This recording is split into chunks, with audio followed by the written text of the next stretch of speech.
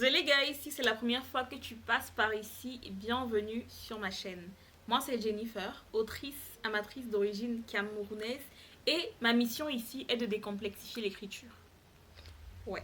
Avant de me lancer dans le vif du sujet, gros merci à tous ceux qui ont liké, commenté et partagé mes précédentes vidéos.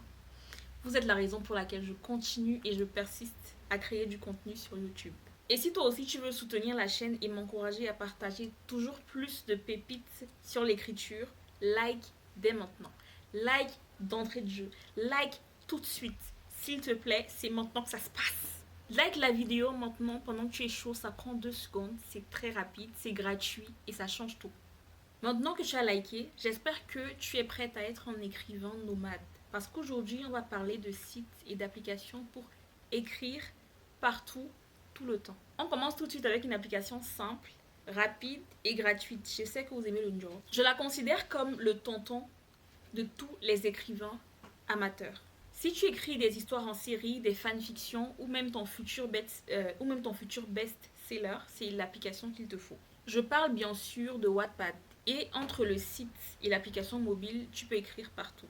Franchement, je l'utilise aussi. Ce que j'aime avec Wattpad, c'est que la communauté est ultra motivante. Au fur et à mesure que tu écris, les lecteurs peuvent commenter. Ils peuvent commenter chaque paragraphe et ça, c'est... Il n'y a pas plus motivant, il n'y a pas plus inspirant en fait. En plus, tu peux publier chapitre par chapitre, garder tes textes en brouillant, c'est toi qui vois. Mais si tu le fais de manière régulière, tu vas créer de l'attente autour de ton histoire et tu pourras donc potentiellement bâtir une communauté tout en écrivant. Croyez-moi, la communauté de Wattpad, elle est active. Ouais. Maintenant, je vais quand même te donner un petit conseil de grande sœur. Même si l'application est fiable, assure-toi toujours de faire une sauvegarde externe. Une sauvegarde en dehors de l'application. C'est-à-dire, si tu veux écrire directement sur l'application, assure-toi d'avoir toujours une copie de ce que tu as écrit ailleurs. Parce que on n'est jamais à l'abri d'un bug ou non. Assure-toi. C'est tout pour Wattpad. Je te laisse plutôt télécharger et découvrir tout ce qu'il y a à découvrir à son sujet. Mais si tu as plutôt envie d'une application plus personnelle où tu veux écrire sans forcément publier tout de suite, je pense que l'outil suivant va te plaire. Google Doc. Lui les gars, c'est un peu mon meilleur ami, discret, efficace et toujours là quand tu as besoin de lui. Déjà que c'est gratuit, accessible aussi bien sur ordinateur que sur téléphone et tu peux écrire sans forcément être connecté à internet. C'est vrai que l'interface est simple, mais tu peux faire des trucs assez sympas comme mettre des titres, insérer des tableaux, laisser des notes de bas de page et surtout collaborer avec quelqu'un à distance. Super pratique quand tu veux demander des avis sur ton livre sans forcément exporter le fichier. C'est très pratique. Moi, je l'utilise aussi beaucoup pour mes petits projets personnels, surtout quand j'ai besoin d'un truc bien carré, bien organisé, structuré, nanana. Je l'utilise. Effectivement, je suis convaincue, et je le dis, je l'assume, ça m'a sauvé la vie plus d'une fois. Mais je peux comprendre que tu aies envie d'un espace un peu plus stylé. Alors reste branché. Entrant dans la cour des grands avec Scrivener, je sais pas trop comment on prononce. Je sais pas si on prononce en français, en anglais, bref. C'est un peu le logiciel de tous les auteurs pro. C'est le QG même, si je puis le dire, des auteurs pro. Si tu es du genre à aimer tout planifier, structurer, organiser tes idées, tout ça, c'est fait pour toi en fait. Tu vas t'y plaire. Avec Scrivener, je vais l'appeler comme ça, tu peux diviser ton texte en plusieurs parties, ajouter des fiches de personnages, coller des notes un peu partout, tout en gardant une vue d'ensemble sur ton projet. C'est comme si j'avais un bureau dans ton ordinateur. C'est vraiment super pratique quand tu travailles sur un gros projet. Petit bémol, le logiciel est payant. Mais heureusement, tu peux quand même profiter de la version d'essai avant d'acheter. Bon, après ce logiciel, cet outil bien pro, passons à quelque chose d'un peu plus léger, mais qui fait quand même bien le job. Notion ou Notion, pour le côté bilingue. À la base, c'est un peu une application de prise de notes.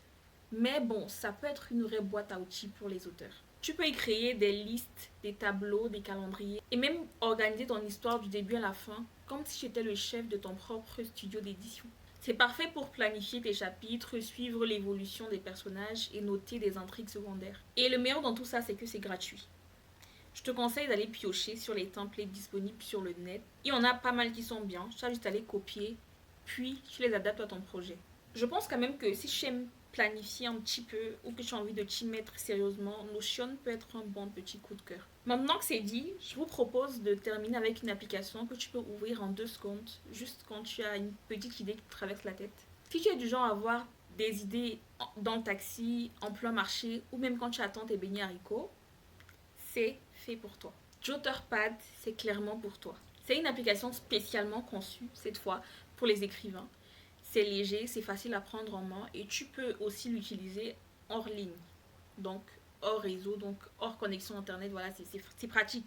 Même si tu es dans un endroit paumé, qu'il n'y a pas de réseau, etc., tu peux facilement sortir vite ton appli et tu écris, tu notes tes idées sans prise de tête. Ensuite, tu peux sauvegarder quand même sur Google Drive ou sur ton Dropbox pour ne rien perdre en cas de coup dur. Bon, elle est parfaite pour noter des idées rapides, avancer sur ton projet quand tu as un petit peu de temps ou écrire des chapitres courts. En bonus, tout comme sur Google Doc et Wattpad, je crois, tu peux exporter en PDF, en Word, en pas mal de fichiers, quand même, il faut regarder. Et ça, c'est super pratique quand tu veux partager ton travail. Je ne sais pas vous, mais tout ça me donne très envie de l'essayer quand même. J'ai pas encore testé Jotterpad, mais j'ai bien envie. Parce que jusqu'à présent, j'écris beaucoup. Google Doc, Wattpad, etc. Mais voilà. Inkit aussi, je me lance tout juste sur Inkit. Ouais. Mais j'ai pas encore testé Jotterpad. Je le ferai promis. Et je vous ferai peut-être une revue sur TikTok pour vous dire un peu ce que j'en ai pensé. Maintenant, tu connais les meilleurs sites et applications pour écrire partout et tout le temps. Que tu sois team Wattpad, Jotterpad ou même Scrivener, il y a forcément un outil qui colle à ton style. Dis-moi en commentaire ce que tu as envie de tester ou ce que tu utilises déjà. Et si cette vidéo t'a aidé, lâche un gros like, abonne-toi et active la cloche pour ne rien rater des prochaines sorties. On se retrouve très bientôt pour encore plus de contenu autour de l'écriture. Et d'ici là, écris bien, écris libre et surtout, trust the process.